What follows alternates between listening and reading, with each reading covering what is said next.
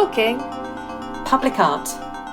with us, Louise and Laura from Francis Knight Public Art Consultancy. Conversations with a range of arts practitioners, community activists, planning directors and design teams about how we can make places better by working with artists. Our role as public art consultants is all about the delicate balance of client expectations to encourage new ways of seeing, developing relationships, connecting people and enabling the creative process. Today we meet Joe Gerrard. Joe Gerrard is a director and landscape design team leader at Define, a small but growing practice of landscape architects, urban designers and planners based in Birmingham's jewellery quarter. Over the last 20 years, he has helped design luxury resorts, wind farms, public parks, urban plazas, residential, educational and healthcare sites. He is currently leading the landscape team to deliver the parks in Whitecliff, Ebbsfleet Garden City, along with several other sites across the UK, including some new quads in one of the historic Oxford colleges. Welcome, Joe Gerrard. Well, welcome to Talking Public Art Series 3, Joe. We've known you for probably a couple of years now, I think, working on Ebbsfleet, Garden City in Kent, so most notably recently with the major urban park. But we love to find out more about our guests and things that we don't know about them. But we're really interested in your background and how you got to become a landscape architect. And what sort of career path did you have? Well, thanks, Laura. Yeah, thanks for having me on this morning. Brilliant to be welcome. here. Very murky outside, but nice and cosy in the shed.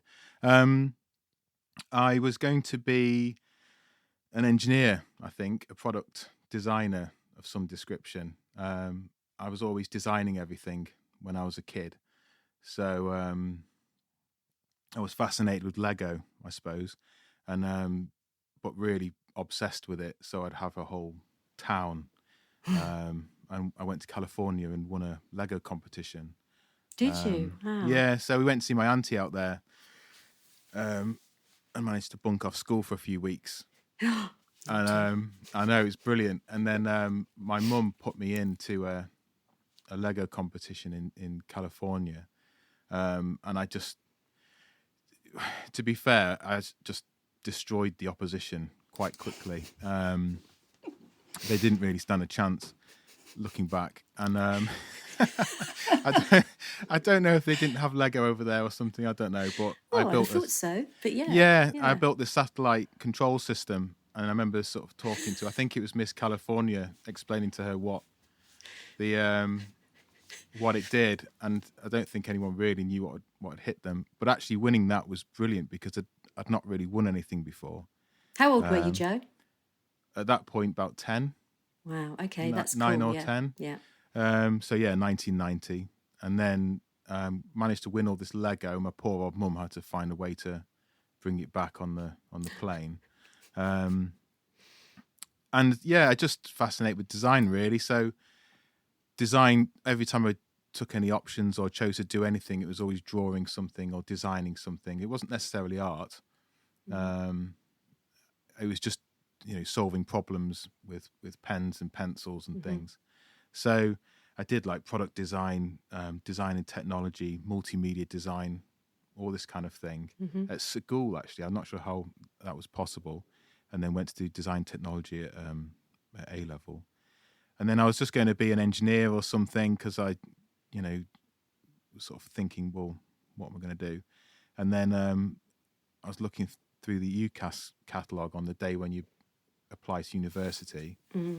Not really had any guidance or conversations with anyone, just sort of doing it all by myself, really. And then saw this landscape master plan. It's beautiful.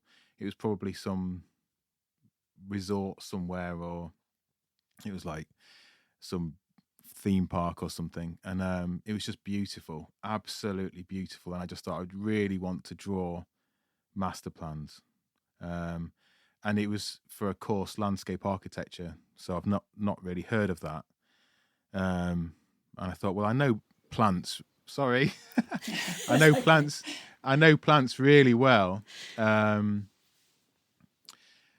my mum loves her gardening and things. So I went off to do that, and went off up to Leeds to do that, and it was fascinating, and actually it was quite artistic, the course. So it's been my first sort of immersion into the artistic world at that point. Yeah. I I tried. suppose Leeds is a big place as well, isn't it? It's lots going on there, so it's an incredible place to be as a student, I would have thought. Yeah. Oh, brilliant at the Yeah. time. Oh, incredible. Yeah. Yeah. It was real buzz to the city. Probably still is now. Amazing to go out there. And I grew up in Cheshire, so to go out there and to be like immersed into a city for the first time was fantastic. And we were always quite close to Manchester and quite close to Liverpool, but we certainly didn't grow up there. Grew up right in the middle of the town. So yeah, seeing that. I mean, I did try and do art and design at A level, but in the first week, the teacher said, "Where's your portfolio? Everyone bring your portfolio in." And I said, "Oh, I'll bring my design portfolio in." You know, I designed like a whatever Walkman or whatever it was at the time. And then she sort of went, "Oh," and then I got called into the principal of the college or whatever his title was at the time, and he said, "Oh, you can't do art. Sorry, you weren't meant to get through the screening process." So he said you can do maths or dance. Wow, that's a bit okay. Yeah, I know. That's interesting. And Wow. I just go along with everything. I should have moaned about it really, but I didn't. I just went along. I ended up doing maths, and it was really difficult. But I did it, and I managed to get my A levels in maths as well. But yeah, I wish I could have gone back and fought and trying to do art a bit more at that stage. But I mean, you're doing that now, though, aren't you? You're doing very artistic work as a landscape architect, I would say. Would you say? Yeah, I kind of gone under the radar, I suppose, because actually, I've always been able to talk to creative people or artistic people or people who call themselves artists if they want to be, labeled. I've always been able to talk in that language, and it's a language that I actually feel very comfortable with. I much prefer that than maybe the corporate side of things that I'm also very exposed to as well. And I do find that sort of creative language is very important, and you find it in all walks of life and in all different careers. And you speak to people and you think, wow, you're actually really creative. You've got the mind. The way you approach problems is very creative. And some people go beyond that and become an actual artist. Or So did you really enjoy your course then at Leeds, Joe? I loved it. Yeah, I absolutely loved it. I worked really hard, to be fair.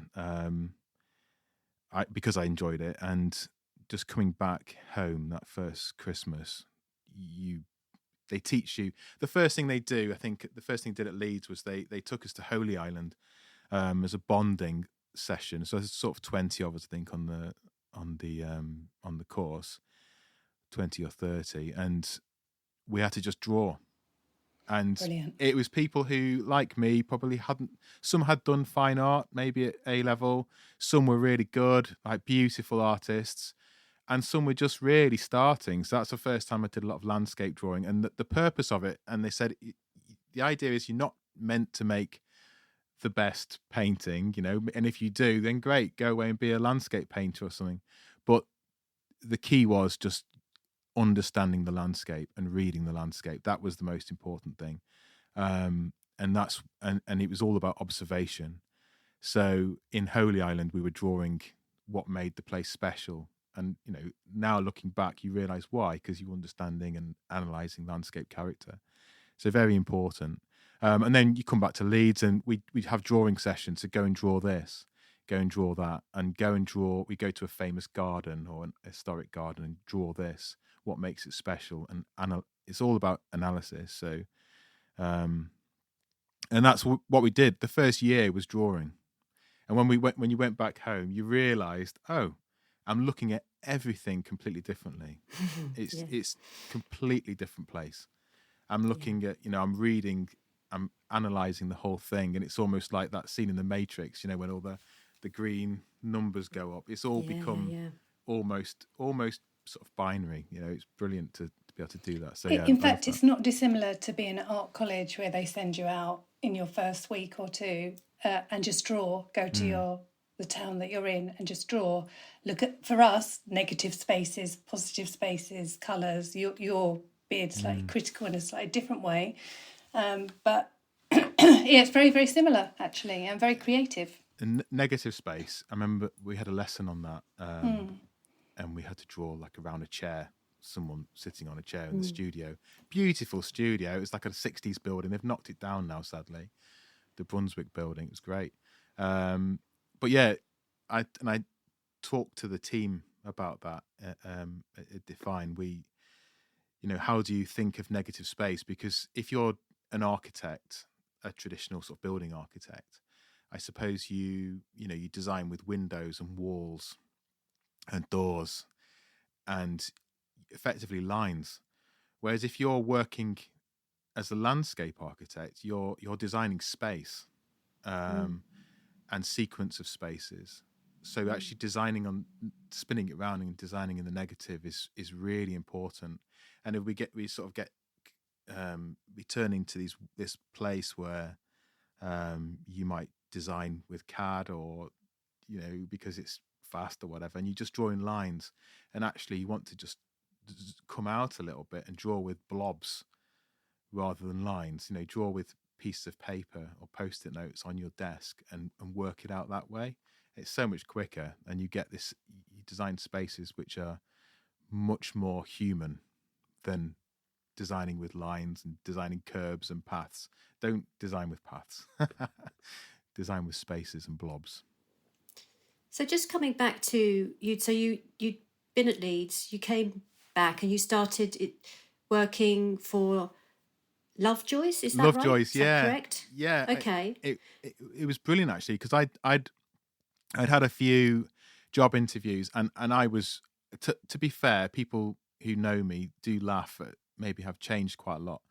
I was quite rough around the edges, to be fair, at that point, and I didn't really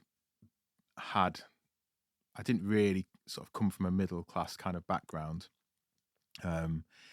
and I was quite northern. I was a bit like edgy, and Nothing wrong with that. definitely softened a bit now.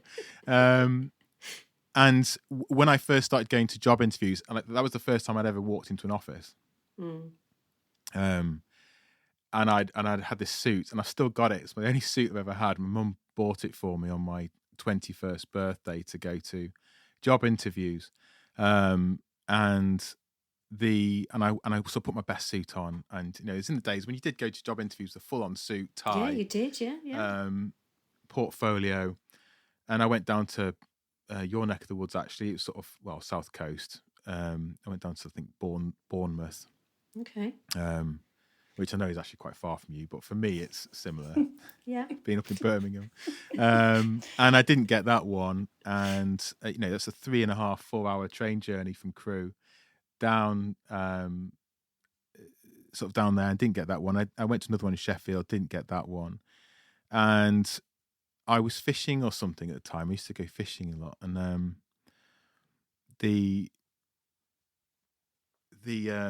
I just got a phone call saying, "Oh, I've got your portfolio here," and it was from a guy called Jeremy Peachy, who was the director at Lovejoy's at the time.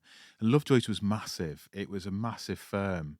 It's really sad what happened to it, but it had a really good reputation, very creative, like very proper, hard-hitting landscape architect firm, a bit like Gillespie's is now.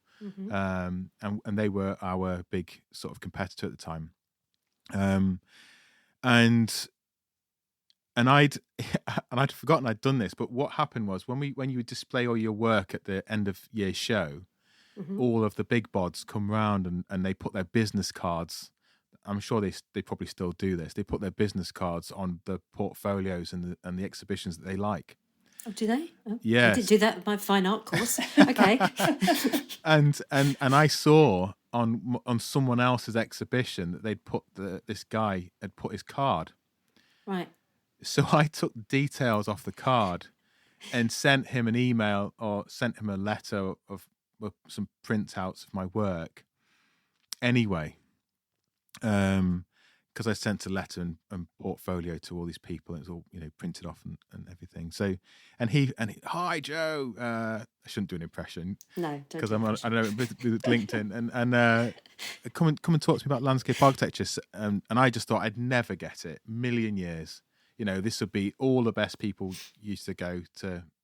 Well, the really good ones would go to like Lovejoy's or Gillespie's or something. And so I went to the interview and I was just really relaxing. And actually, because I had nothing to lose, I was completely myself and really relaxed. I loved it. And I walked around the office and people were shouting at me like, "Oi, what position do you play?" And all this kind of thing. And they were obviously completely overwhelmed with resources at the time because they employed two of us. And I got the letter through, which I thought was going to be a refusal letter, and my mum brought it in with a cup of tea in the morning, and we just opened it together and got the offer. Oh, that's lovely. So I just didn't think twice. And Birmingham's got this reputation of concrete jungle and everything else. And I thought I did know that, and I thought, well, maybe I'll just start there and we'll see how I get along. And actually, I just fell in love with Birmingham. I really did. And I was surprised that I liked it so much because I just, cycle to work. I still cycle to work now on the same bike, which is so old now. It's like Trigger's mop. But it's all pimped out, all these special bits of gear on it, and but the frame's so old. You cycle on the canal and do all that. So yeah, it was lovely, and I just had such a great time there, working on the projects we worked on. It was it was brilliant. And you mentioned to us in the notes before we've met about entering a design competition in 2008 to design the Golden Square in the Jewellery Quarter. So tell us a little bit more about that, because that sounds really interesting. You had a collaboration with an artist. Yeah, David Patton, his name was. And he is still about. I think he's retired now. But he was brilliant, I've got to say. And I think that just paved the way for me in terms of, one, working with other people, working and collaborating with creative people and understanding how important that is. And not just saying it, actually doing it. And being open to ideas. I mean, it's just so important. And, I think if you're designing something or you're creating something or you're making something, it's yours. You're protective over it, aren't you? And I think you do sort of grow out of that a bit when you meet people or you work with people who bring something to the table, or they sort of show you a different perspective on something, and then you realise, that thing that I was doing is a lot better now as a result. And you start to realise that. And I think this was the Golden Square. So we entered an international design competition, and at the time it was, we were on the cusp or just going through the credit crunch, just starting. Okay, yeah. And 2008. so to set the scene, it was bad. And it was, all the residential sites we had at the time, which probably made up of maybe 50% of our portfolio, 60%, were basically turned off overnight. So, phone clients calling up saying, "Don't work on this anymore. We haven't got any money." And these are big clients as well. So big names. And you've got the prospect of a few months maybe of working, but effectively people are going to start losing their jobs very quickly. So it was an awful time, and you sat next to your colleagues and your friends and having to say goodbye to people. So, but Birmingham City Council at the time, they were running a competition for the Golden Square, and it was an international competition, and we put the team forward, and it was us, and then we had the artist David Patton at the time, who'd done quite a bit of he was similar to Chris actually. Chris Tipping. Yeah, Chris Tipping, and Yeah. in his approach. And when he came he just brought loads of biscuits, and we sat down, we started sketching and coming up with ideas and just talking about the history of the site, the history of the Jewellery Quarter, and it was brilliant. And we just, over a few months, we came up with this concept where the brief was to design an urban space, an urban plaza, which would put the Jewellery Quarter on the world stage. And we thought, and that was the very words, and the lines. We said, okay, why was the Jewellery Quarter important? And all of the materials, the metals, the precious stones from all around the world, like during the gold rush, for example, they'd come to the UK, and then they'd come to the Jewellery Quarter specifically. And that's because of the sandstone and the ground and the craftspeople that were there at the time. So everything would come in. So everyone was building their houses, doubling their houses, turning their house into workshops, because it was just a massive influx of materials. And that's what put it on the world stage originally. So what we did was we said, okay, well, that line there, like a compass, that goes to California. That's where the gold came from. That one goes to Thailand. That's where the rubies came from. That one goes to South Africa. That's where the diamonds were coming from. So we plotted them all, and we kind of got it right. We used Google Maps. And then we had lines of light going to these places, and that's where they would sort of span out from the plaza, and that built the framework of the plaza to do it. And then the biggest one in the middle was a grill that we designed, and it was all together. It was all, oh, what do you think about this? Oh, that's a good idea. Oh, how about this? Do that, do this, and the grill, and that was David's idea. Originally, I think, and it was a metal grill, and we'd have to put perforations in it. And it was because the workers at the time, when they'd leave their factories, or not factories, they were houses, workshops, and they're still there now. When you look in the Jewellery Quarter, you can see that it's all sort of set up the same way.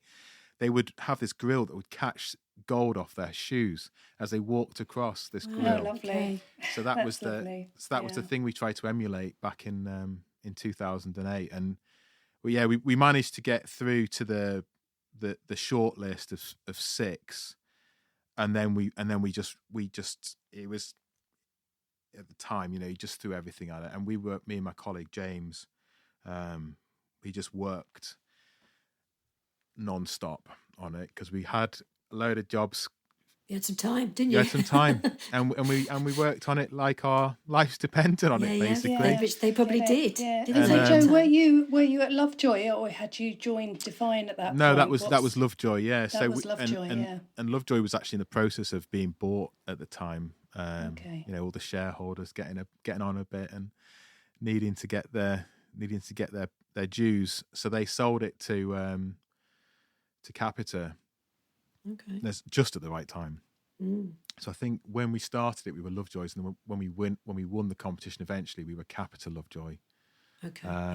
Okay. Yeah. But I would have been 27, 28 at the time. We got the phone call to say we'd won it, and I was just about to get married. I think starting a family. I'd got a mortgage. My house price was plummeting. All this kind of stuff, and we'd won this, and it kept us. It kept me in work, actually. Luckily, I was one of the very, very, very lucky ones, and I just felt so fortunate to have got that. I mean, it was a lot of hard work at the time, and you look back and you think, wow, that was massive, and it was massive, because that sort of paved the way for a lot of other things that I've done since.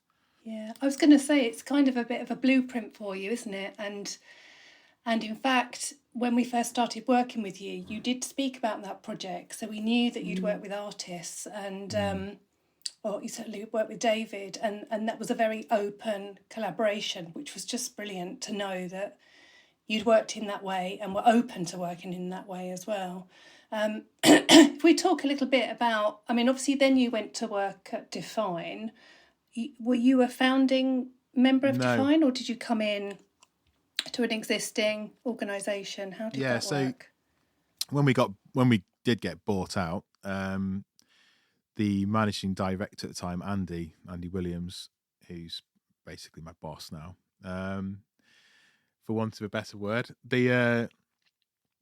He set up Define with my other colleague Mark Rose. Mark Rose is a planner, and he's a landscape architect stroke urban designer, and master planner. And I'd worked with Andy since I was 21 or something, and the plan was always to parachute out, and once that Love Joy name and the brand has gone, and you go from working with 30 people to suddenly 50,000 or however many people on their books, you become a number very quickly, and that wasn't for me, and it was never going to be for me. And I had a couple of really good projects at the time. I had the Golden Square one, which I was taking through to tender and doing all the detailed design for that. So I was kind of running that project and all the consultants on it. Because all your bosses had gone; they'd all been made redundant, or they'd left, or you had no colleagues left. So you kind of just clung. At this point, it was getting quite desperate. So I suppose you were sort of dumped into these funny situations that you probably wouldn't have been at that age, I guess. And I had another one as well in Marassi in North Egypt that was just awesome. So I had those two, and I kind of clung on to those for a bit because I needed to get it done. It was about the project, really. It wasn't really about anything else. I couldn't have slept. I wouldn't have slept at night if I'd let go. I just couldn't do it. So I think I joined them a year, maybe 18 months after they set it up. And there was by that point, I think there's about 5 of them. I think I was number 5. And I think there's 35 now. So it's quite a small little company then, wasn't it? It was, yeah. It was just those two, and then we've got a big office now in the Jewellery Quarter. Yeah, you have. You've grown. It's a big old team. You started working with Henley Camland in kind of did a little bit of digging around 2016. Would that be right? I think so. It was funny because we came on to just have a look at the master plan. I think Andy, who I just spoke about, he knew Peter and Henley Camland, and I think he'd done some inquiry work for him years before. And Peter had asked us to come and have a look at the master plan, just to do an audit of it, really. And it's a big master plan. It's 6,000 houses. And so we had a look, and we got a little bit of a corner to design, to do something called a design code for, which is urban design speak and master planning. And we looked at it, and I was invited to have a look to see what I thought, because we try and have a very landscape architect approach to things. So I'd come down and have a look, and I'm not really that interested in houses, buildings, this kind of thing. And I noticed that all the development was on the lake edge, and we had a few sketches in our office at the time, and I think we managed to put more houses there and open up a huge bit of public open space right by the lake. And then we sort of reshaped the master plan so that you create these oblique views over the lake and the cliffs and the woodlands beyond. And I said, that's the most important part of this master plan, is actually, let's go back to basics. Ebbsfleet's all about the white cliffs and the woodland and the history of the industrial history. So that's what you want to celebrate. And that's what we did. And if you go down to Platinum Jubilee Park, as it's now called, that's why it's like that. It's a beautiful space, and in fact, it's how we started working with you, because we came on board to deliver some public art commissions at the bottom of the Platinum Jubilee Park of the square, but our role has shifted, I would say, since we've been working with you and working with Henley Camland. Because with that project, we came in and we commissioned, and we were told where the space was to put the public art. And, it has been commissioned, and we've commissioned 2 beautiful follies, actually, by Flea Folly, and they're now in place.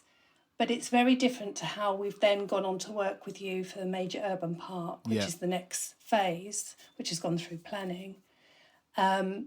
Because we brought an artist on board at the very beginning, the client's been really keen for that to happen. And it's just interesting to chat to you about how that difference between selecting where the artwork goes and then bringing the artist in later to bringing the artist into that process at the very beginning.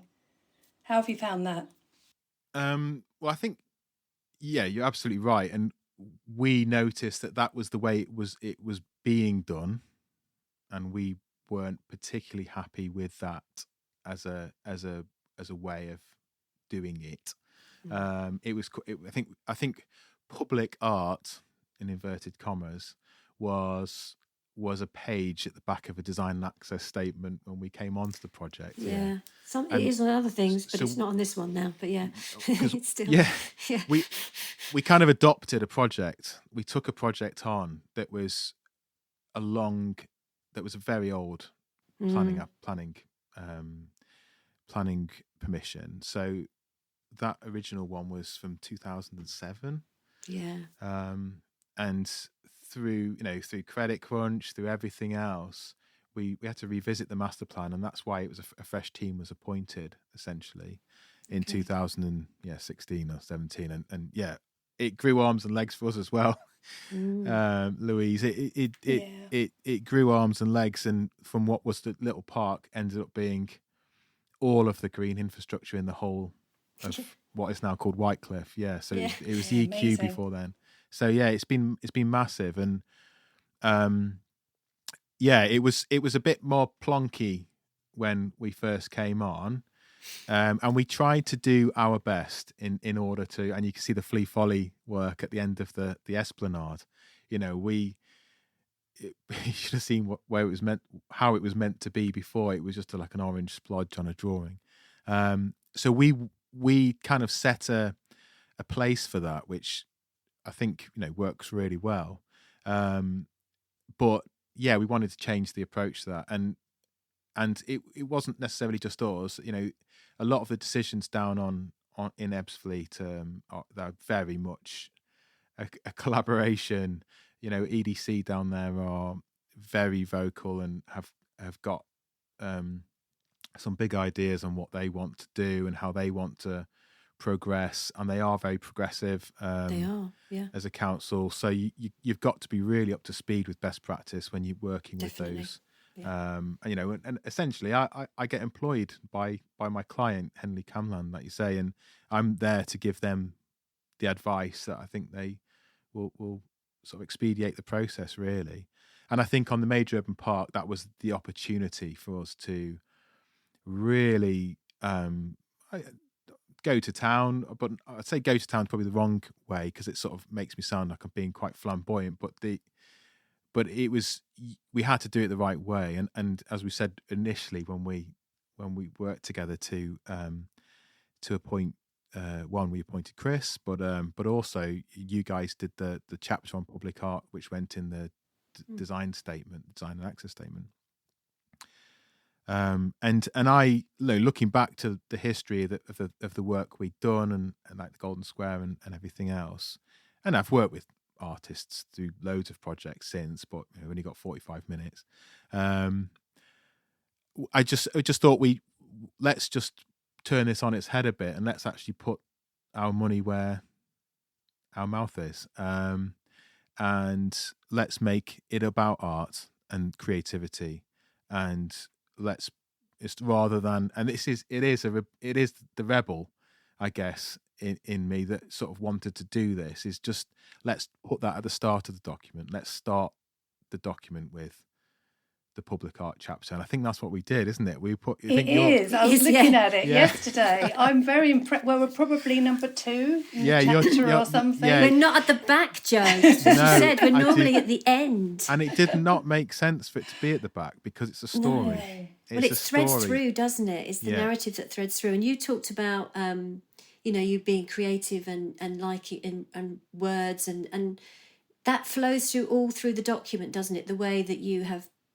put that document together, the lovely The drawings are fantastic from Define, the stuff that Chris has done with you, and we've worked together on I all know, of it. in the world It of kind AI as well, still Well, doing you it the know, old-fashioned way. it is a beautiful document. I think it's a beautiful thing to look at, actually. And read, because And the read. words, The words are, It was a hard one as well because it's an Yes. awfully complicated site and it took a yes, long it time. is. Yeah, yes, It took it a did long take a time. long time. Yeah. And there's a lot of effort in there from a lot of people. Yes, there is. Yeah. I mean, it's just to get that to that point, it's incredible.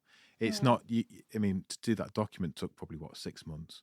At least, But the actual work to prepare for that. I mean, we actually started on the Major Urban Park when we were first appointed. Yeah, I'm sure you did. Yeah. 2016, because we had to prove that we could put sports pitches in that park, and that was the place to put them and everything else. But it's a crazy site. I mean, it's just an absolute pleasure to work on that site. Oh, I'm so excited to be working on that, Joe. Yeah, we're really keen. And I think what was lovely was when we did the community engagement, and we did several things for community engagement, but there was one particular day which we did on the day of a festival. Yeah. It was a Saturday. It was a hot Saturday, a rainy Saturday, and kind of a combination of both, and a very, very busy in Castle Hill. Which was lovely to see, all the community out. But there was a real buzz around our stall, wasn't there? And how many times have we done engagement where you're stood in a sort of drafty village hall waiting for people to turn up? This was not the case. I mean, I do some residential schemes here and there across the country, so you can imagine how I feel about going to consultation events. Sure. And I've stood there over, last 20 years or whatever, stood there in a village hall and having to break it to the locals that, they're going to have some houses in that field. And that is a tough day at work. That is not a good day at work. And you do, and I sympathise with everyone. I do. It's hard to explain that and to try and sort of talk people through it. So to go to an engagement like that, it's the absolute opposite, and it was a pleasure. And actually, because we were stood in the park that we kind of worked on. We worked on that park for 4 or 5 years to get before that was built. Painstakingly going through all the little details and the planting plans and everything. Late at night.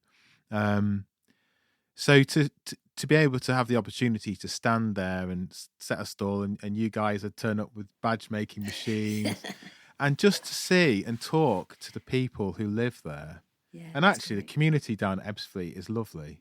Yeah, it's a really nice mixed community. Lots of different people, lots of different backgrounds, lots of different opinions and thoughts. We had a few people coming down having a moan. As you always will, but the overall feeling all day was just fantastic to be there and to talk to them about the future of the parks that they had. Because when we started on Ebbsfleet, we didn't really have a community there, a big one, and now it's starting to really grow. So I think I can't remember what it was now. I think must be about 3,000 population now in that bit. And we used to have to go up to Swanscombe in the village hall there, and talk to those people, particularly about like the Alcon Barn, which is coming up soon. Yeah. And they originally that was going to be removed, and then we had to keep it in the proposals because it was because of the public outcry essentially. So that was where we started to look at engagement differently in Ebbsfleet, and started to just listen to people and understand about the stories of the site and the history of it. And you think, it's a quarry, it's got no real history after the quarrying started, but it does. It has, even so a lot of it was still relevant to the people that lived there. And I remember this old guy came in, he sort of hobbled in with his family, and his family around him, it's a granddad, and he said, I used to work in that barn. What?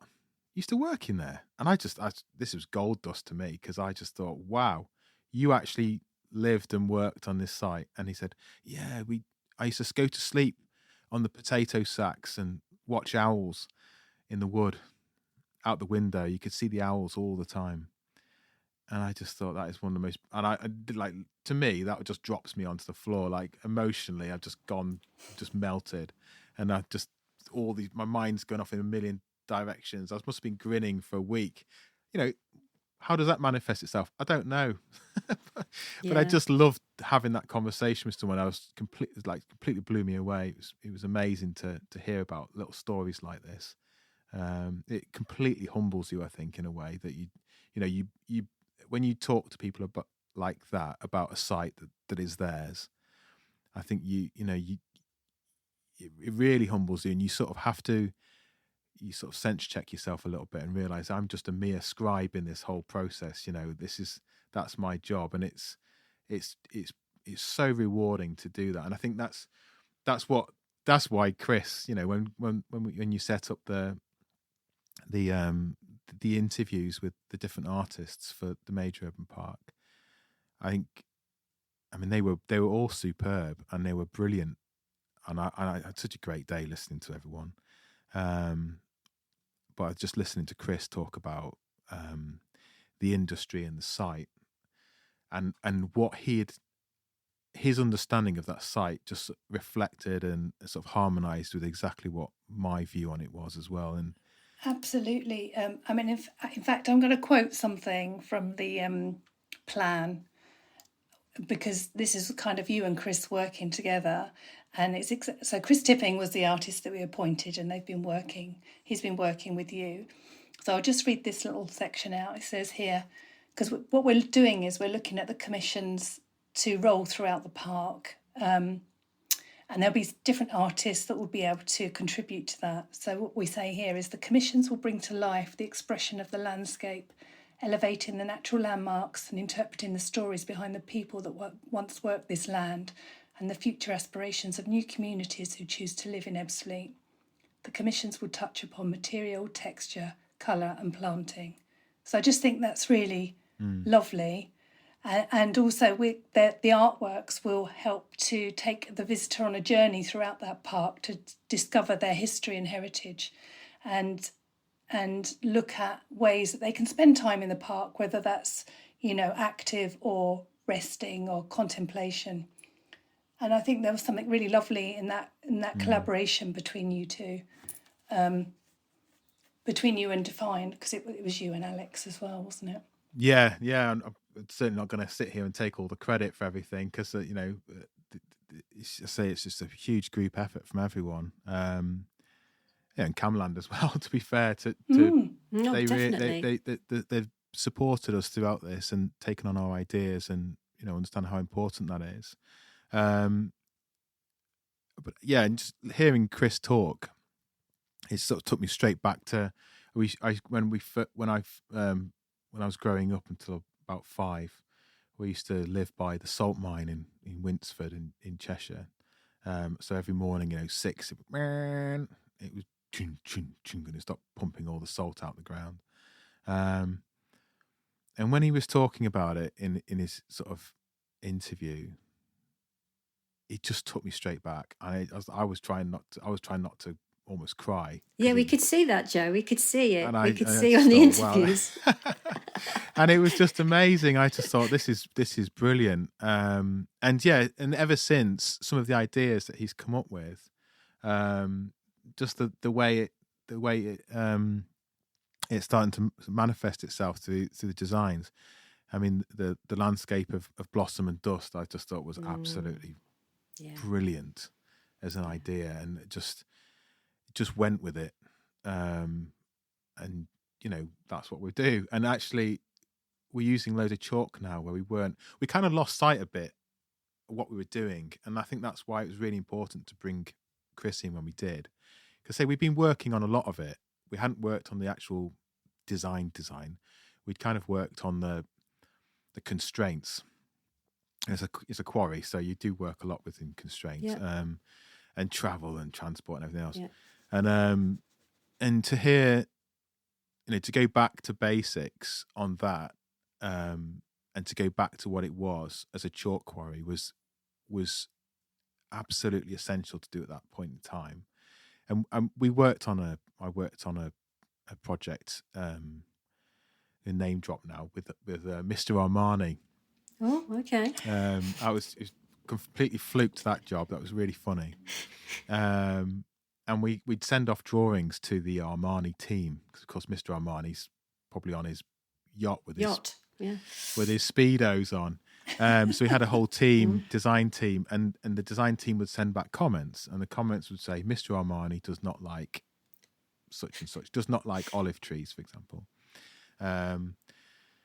So, we designed this huge Mediterranean landscape and using all these olive trees and everything else. And when you realise that the Armani brand is like, it comes through with everything, so it's very understated. There can't be anything that stands out, and that's their brand. And you think, okay, great. How did you get so famous then if you basically don't do anything? And then you realise actually that in a lot of places with architecture or design or art, the skill is to not do anything. To some cases, if we could all live in Ebbsfleet as it was when I first visited, just a big hole in the ground, then that would be beautiful. It was all these birch trees coming out of the cracks and orchids growing in spoil heaps of chalk, and peregrine falcons flying around. I mean, it was a utopia right next to the Dartford Bridge. And you know what that place is like. It's industrial. Yeah. It's noisy.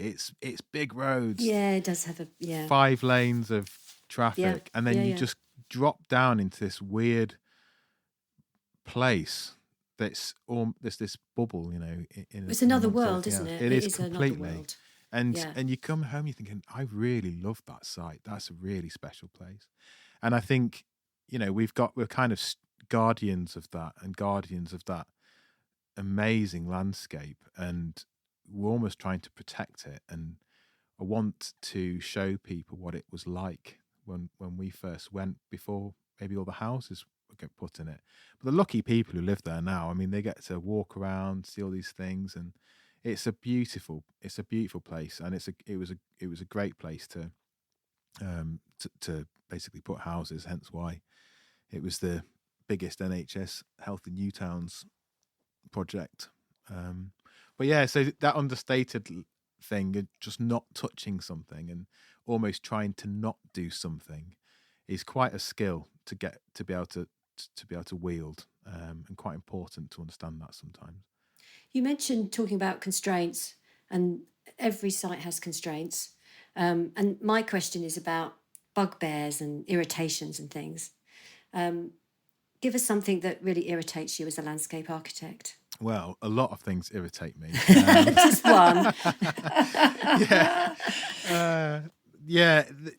I've been wondering how to answer this one, because it's I put a safe answer in. I thought I was. Oh, don't be safe! Come on, Joe, tell us something. I was toying with.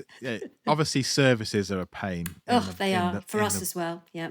Pain in the bum for everyone, aren't they? And particularly, I suppose, when you're trying to design something and suddenly you've got services everywhere. And we do manage to coordinate them reasonably well at Ebbsfleet. It's quite difficult because you've got phases that need services before the service, and you just got no idea where they're going to go. But they're in everything. You can't do anything without them to worry about those. And we try and work around them. But I think my other sort of bugbear, and this is more of a funny one really, and I'm not sure if you've got any anecdotes about this, but I guess it's, without being too negative or too sort of horrible, it's amusing. It amuses me when you sort of working with people. I guess some people are very grumpy, very lacking of imagination, and they take things very literally, and I think that's a bugbear. Yeah, they do. And I'm not being mean, because they've not done what I've done in my life. But it's given that that's what you're going to encounter. But it is funny when that happens. And I suppose in the public art world, it's the same. it's the same folk that, you know, are going to start giving everything nicknames and Well, giving everything. yes, we have had, you know, there is times where you put pieces of artwork in and there will be a comment from someone, a resident, and it might then, the newspaper might get hold of it and then they start saying horrible things. And, you know, and actually what we've put a beautiful piece of artwork somewhere, but they're actually probably more annoyed with what's been going on in the development, but they see something and they focus on that rather than the problems that maybe they're having in their house, or I don't know. So yeah, we do sometimes come against that, and we have to protect our artists as well. You know, they're making absolutely. beautiful things, and it's for joy. It's for, you know, to make the place better.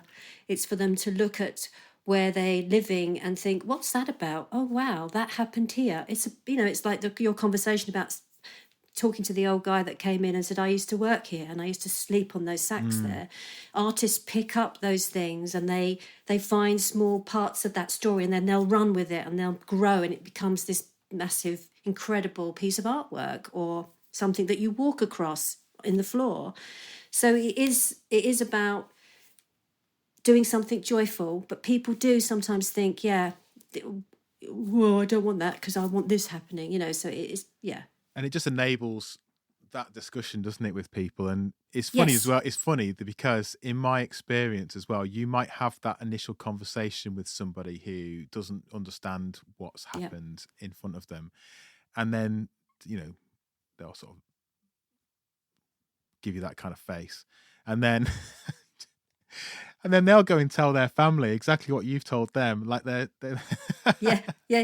And that's how it works. And that's how people work, you know, and I do see the beauty in that, and I see the beauty in people, like in general. I do find that fascinating, and I certainly don't say, oh, you know, you will not criticize me or my work. Oh, you know, no. That's what it's there for, you know. I do like your anecdote about the running route and people think, and it might be an Olympic stadium.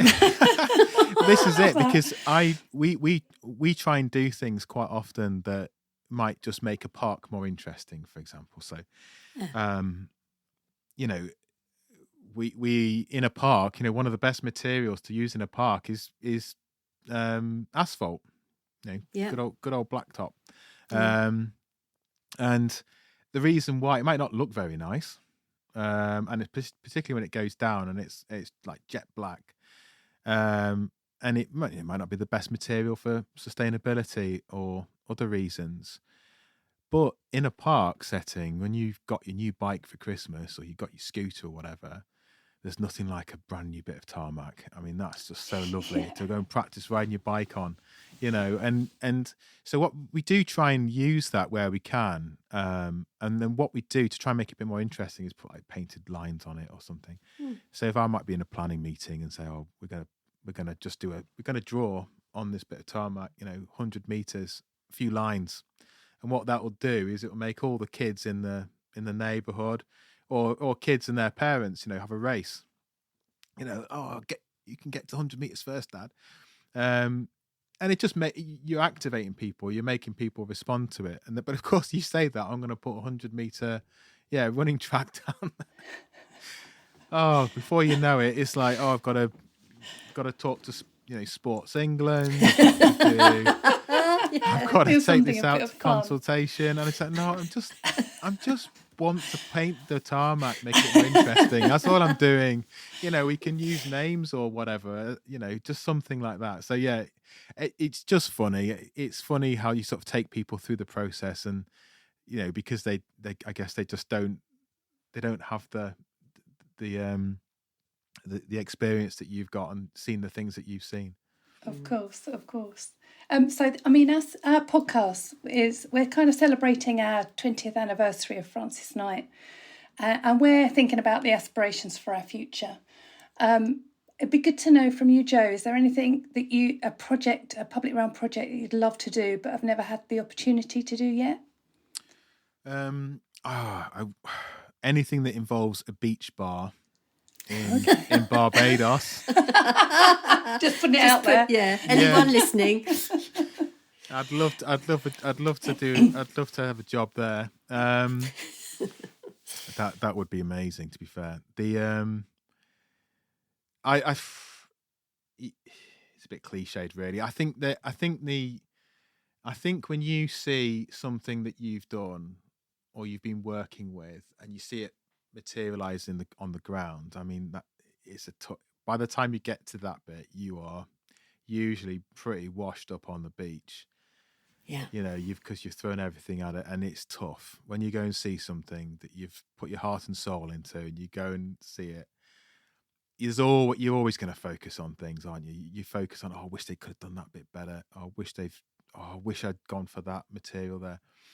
And you don't really look at the bigger picture, because if you're sort of obsessive, that's the way you'll be.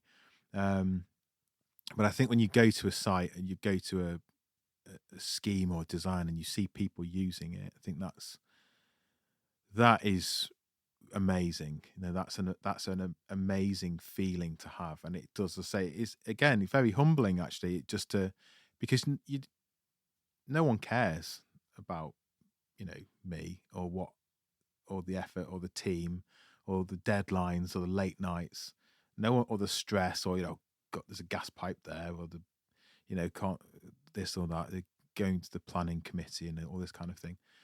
People don't care. They're pharmacists, or they're doctors, or they're cleaners, or they're teachers, or whatever, and they're just there with their kids, and that's all they care about. And to see that is brilliant. And I think that it's quite hard to one, be lucky enough to get all the way through that process to the end, and actually see something built, and because you get taken off a project, or someone else comes in at a different stage, postponed. I guess it gets stopped. So I think those projects, and that's why I've loved working on the Ebbsfleet projects. I mean, I work on 20, 30 projects at a time. That's probably one of my favourites.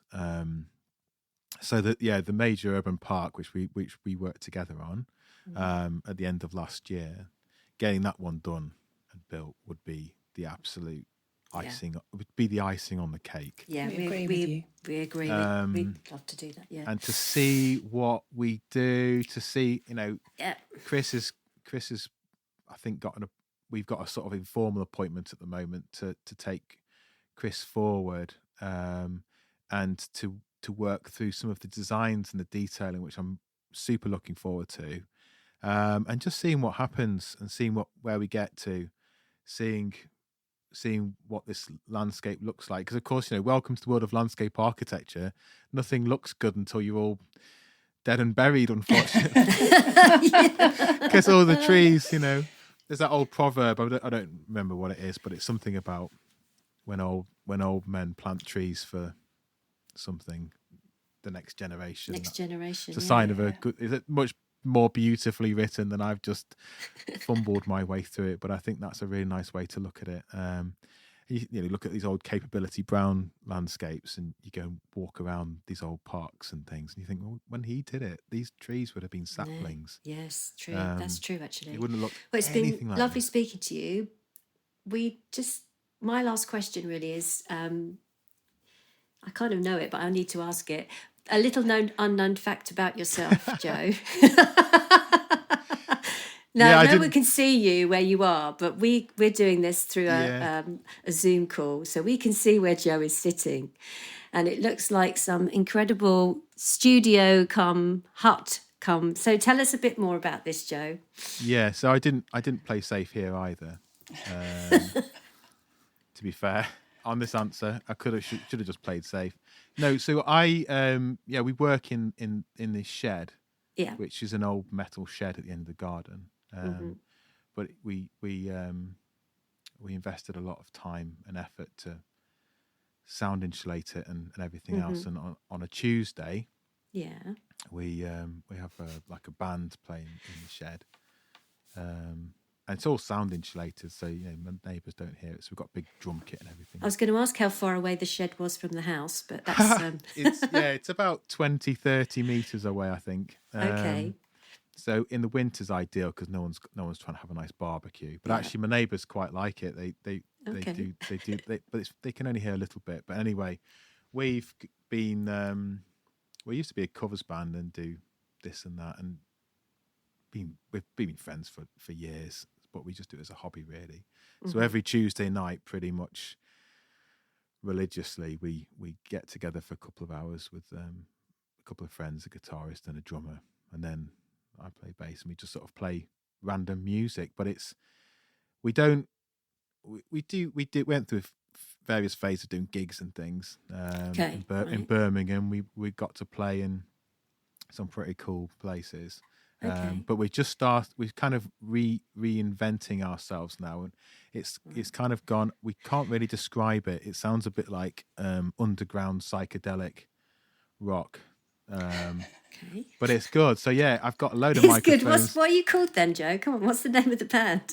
We haven't got a name at the moment. Okay, all right, fair enough. Yeah, we're going to, over the next 6 months, we're going to probably come up with a new name and sort some stuff out and do that. But at the same time, it sort of works with our my synthesizer collection, because I was born in 1980. Right. So that seems to be the time when I have a collection of old Japanese synthesizers from that time. Are they all in the shed there? Are they all there? How many have you got? No, they're not all here. Some are in the house. So it's a bit of a bugbear in the house. I tried to put them away. They're a bit of a pain because they need servicing sometimes. They need fixing, and I like to keep them safe. But they get played. They get played a lot. And the one, behind my head at the moment, which is plugged in, is the Juno 6 from 1982. Can we hear the Juno 6? It's beautiful. We'd love to have a demonstration. I'll press the buttons. We'll see if it works. It should do. Go on then. Okay. It's brilliant.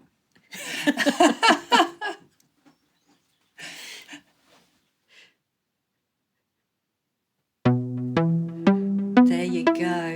Wow.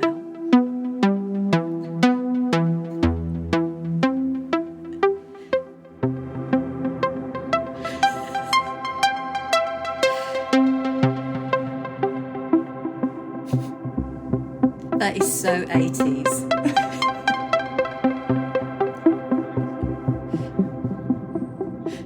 Fantastic. There you go. Fantastic, Jack. We love that. Thank There you you go. so much for I like the 80s finish. Very good. I kind of got a little flashback to that Friends episode. Do you know where he gets the synthesizer out? Yeah. That's it. Keep it. That's what I mean when it's. I try to keep it quiet, but unfortunately, if you do sit next to me, sometimes it might just a little bit might leak out, a little bit of information. But yeah, I do bore people silly with it sometimes as well. But no, we've really loved that. It's a nice end to our podcast. Thank you so much for joining us today, You're welcome. Joe. Thank you very much for having me. Joe. Thank you.